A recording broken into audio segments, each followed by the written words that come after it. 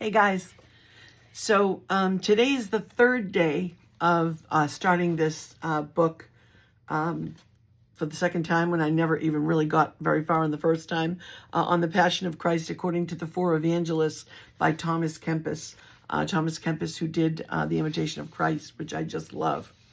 And in all transparency, I just did day 2 a little while ago because I missed it yesterday. And I decided not to just to wait, give myself some grace, and to do it today. And then I was thinking I was going to leave day 3 for tomorrow and do maybe 3 and 4 tomorrow. But I decided to just keep reading on. And chapter 3 is on our Lord's triple prayer, his prostration before the Father, and his resignation of will. And they're just such nuggets. And these are short chapters. When I tell you, like, they're maybe 1 or 2 pages, 3 pages at most. Absolute nuggets. And it's really talking about, Jesus surrendering his will to the Father. Asking for that cup to be taken away, but saying, but your will be done. And that, of course, in the situation in my season of life that I'm in right now, that is really resonating with me. I love this sentence here. But when the divine love that burned so ardently within you prevailed, it wiped out all human fear. I don't think I even know what the absence of fear is. But think about that. When the divine love that burned so ardently within Jesus, he prevailed, and it wiped out all human fear, because he was human. He was divine and human when he was placed on that cross, when he went through what he went through for love of us, when he did that for me, when he did it for all of us, but he did it for me. And it goes on, I adore you and glorify you. But in this way, you teach us that in our weakness, we should not seek comfort in transitory things, but strive for that which is heavenly. Think about that. Like, that is just incredibly powerful to me. In our weakness, we should not seek comfort in transitory things, but strive for that which is heavenly.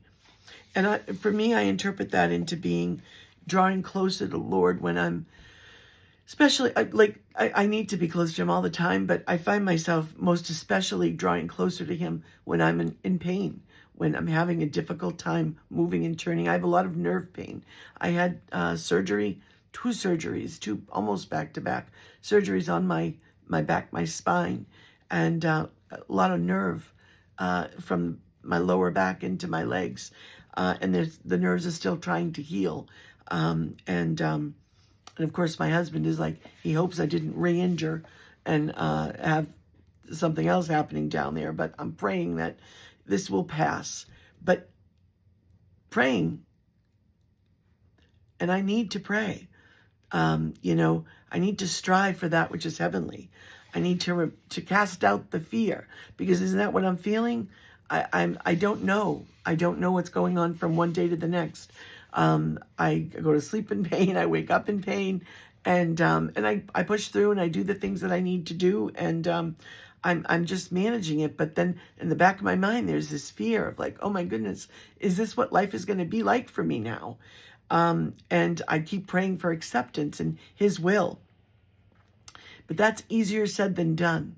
And so I need to draw deep and dive deeper into Jesus and into the model that he's given us.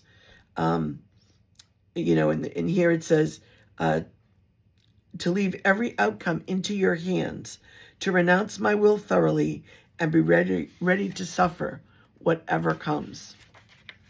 Yeah, that takes practice, and never perfection in my case, that's for sure. Because I'm at a different place in every moment of whatever it is that's going on, right?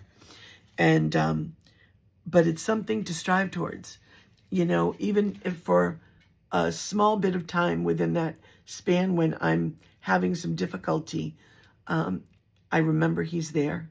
I know he's there. I grasp onto the Blessed Mother's hand. I put my head right on his shoulder, and I write it out.